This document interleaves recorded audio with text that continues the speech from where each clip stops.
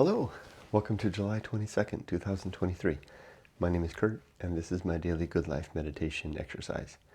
This is something that I do every morning, a little bit after waking up. It's now 4:45 a.m. spot on. I do this in order to remember my life objectives and principles, those which are outlined in my book, Going Alone.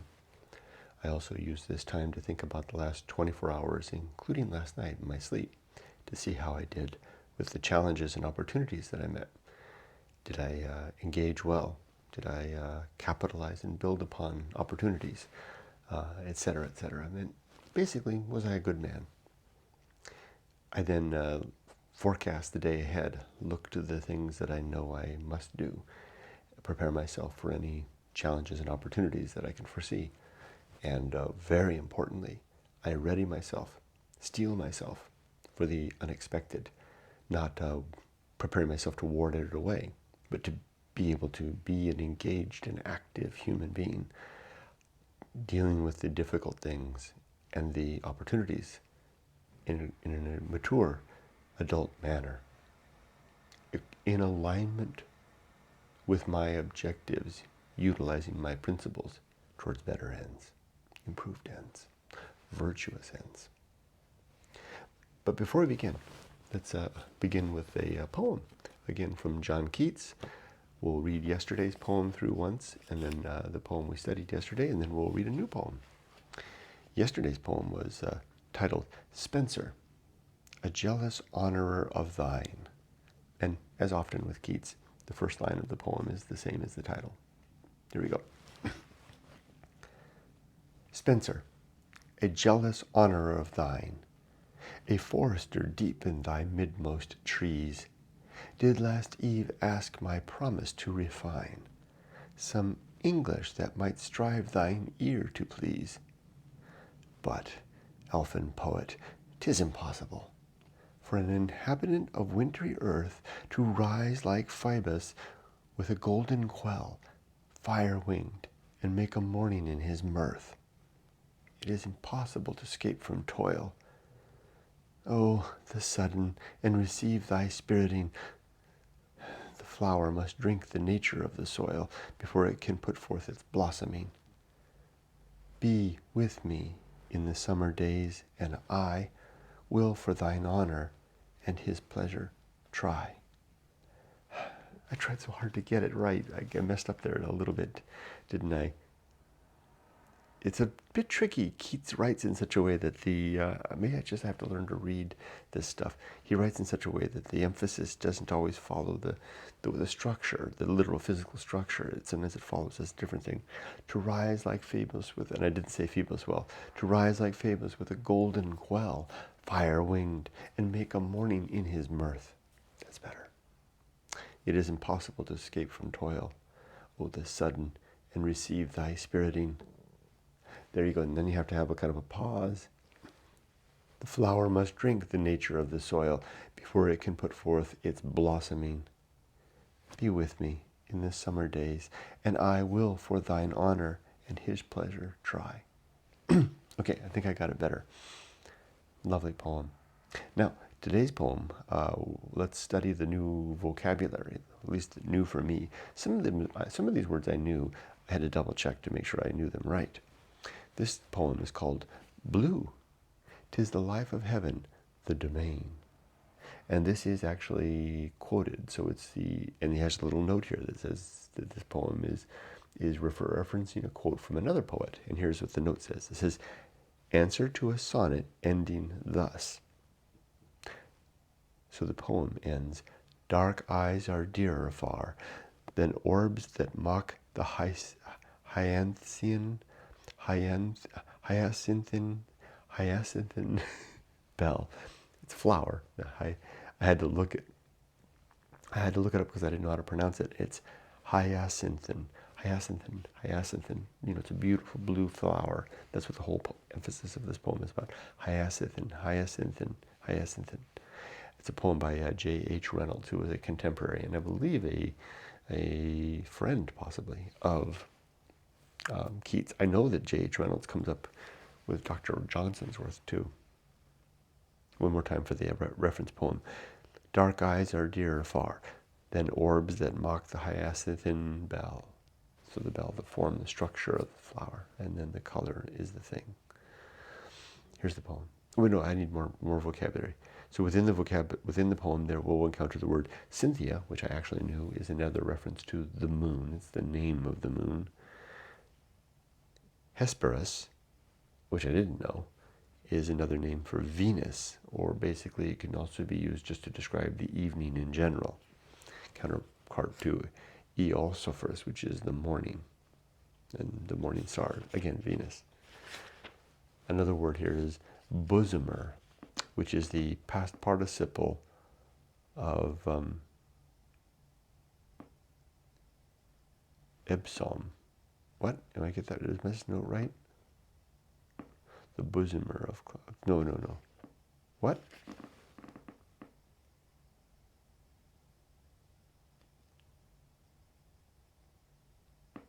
Yeah. It's the past particle. I don't know why I wrote that. Epsom. Oh, duh, I'm not reading it right. It's the past particle. Bosomer is the past particle of embosom. Embosom, that's the word. And embosom means to hold to one's bosom. Let me mark that, because that's a really good word. Embosom. Embosom. You might imagine to hold to one's breast. Embosom. And bosomer would be the past participle of that. The bosomer of clouds. Cool. Okay. And then another word is dun, which is dull gray or brown hues. Another one is vassal, which is subordinate.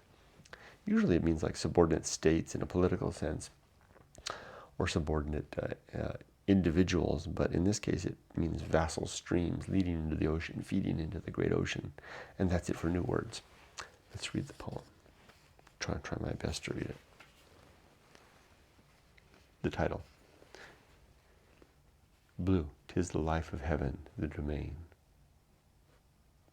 Blue, 'tis the life of heaven, the domain of Cynthia, the wide palace of the sun, the tent of Hesperus and all his train, the bosomer of clouds, gold, grey, and dun. Blue, 'tis the life of waters, ocean, and all its vassal streams, pools numberless, may rage and foam and fret, but never can subside, if not to dark blue nativeness. Blue, gentle cousin to the forest green, married to green in all the sweetest flowers. Forget-me-not, the bluebell, and that queen of secrecy, the violet. What strange powers hast thou as a mere shadow, but how great when in an eye thou art alive with fate. I stumbled a little bit at the end. That is a stunner of a poem. Now I know why Keats is, probably the foremost poet of English. That's really a beautiful poem. But just talk about it for just a second, because it's really worth it. All about that blue, and he was motivated to write this after reading the J.H. Reynolds poem and the reference to the hyacinthine bell, and which doesn't even mention the blue, but then he says he's talking about the blue, referencing the sky and all of its accoutrements and its accompanying elements, the evening star, the sun, etc. And then I love what he said it, the tent of Hesperus, Hesperus being, in that case, Venus, and the evening sky being Venus's tent. And then the bosomer of clouds, the clouds the blue surrounding the clouds, and the gold, gray, and dun. Blue and the waters of life, and the vassal streams. And then he comes down here all the way to the flowers, the forget-me-not, the bluebell, and that queen of secrecy, the violet. Life is such a delicious thing.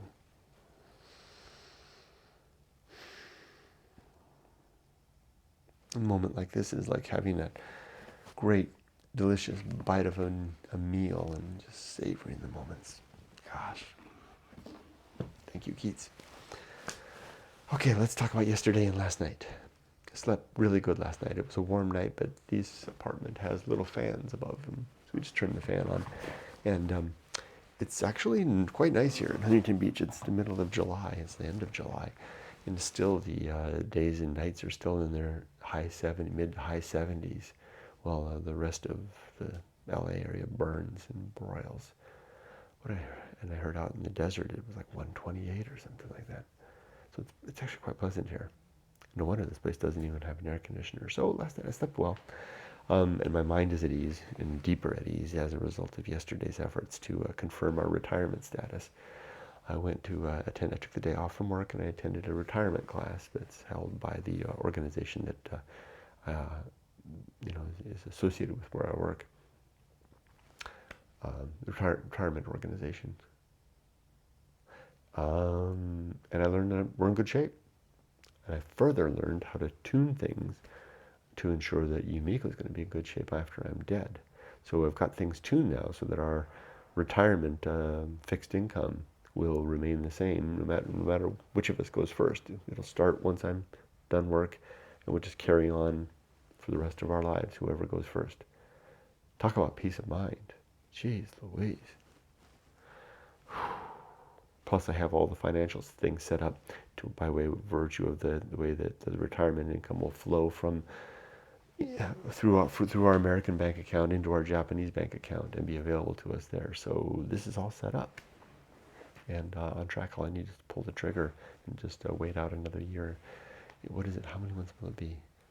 August, September, October, November, December.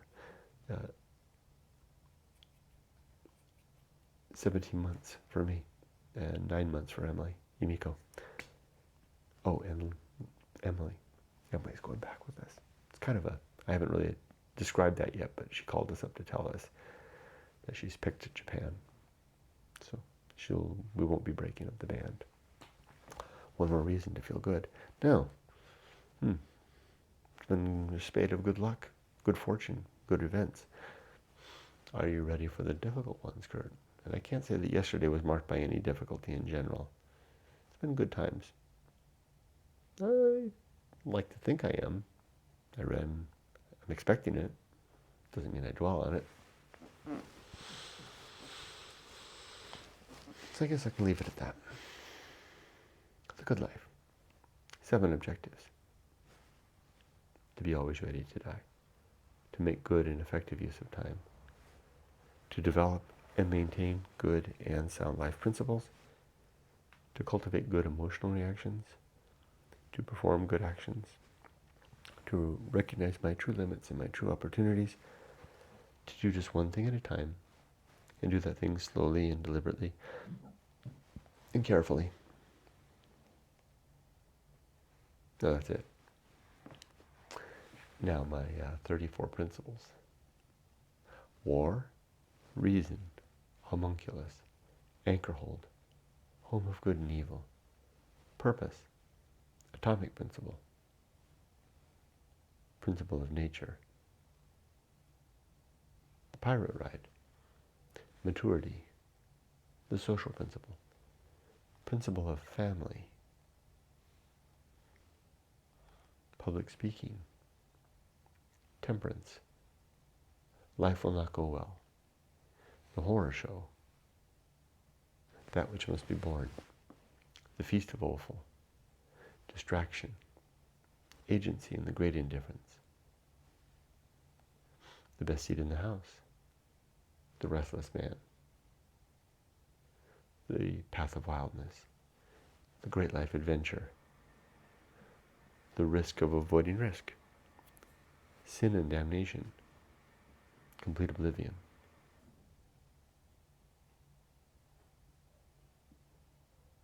The season of philosophy, script writing, the bullseye aim, the uphill climb, arena and utility, nothing is enough, and the principle of fun. I think I made it through all of those. Felt like 34, and in the right order. Now, all of these objectives and principles, which I just gave a cursory summation of, are all described in detail in my book, Going Alone, in the chapter titled The Good Life. available on Amazon, or if you want a signed and illustrated copy, you can get it from my website, goingalone.org.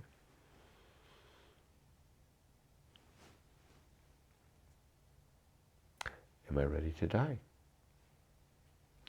3 things. Are my affairs in order? Are my relationships sound? And is my life's work complete? Yes to all 3, emphatically. Yes, especially after yesterday and getting my affairs more so very clearly in order. I'm so happy that it doesn't matter which of us dies first now. I can hang my hat on that.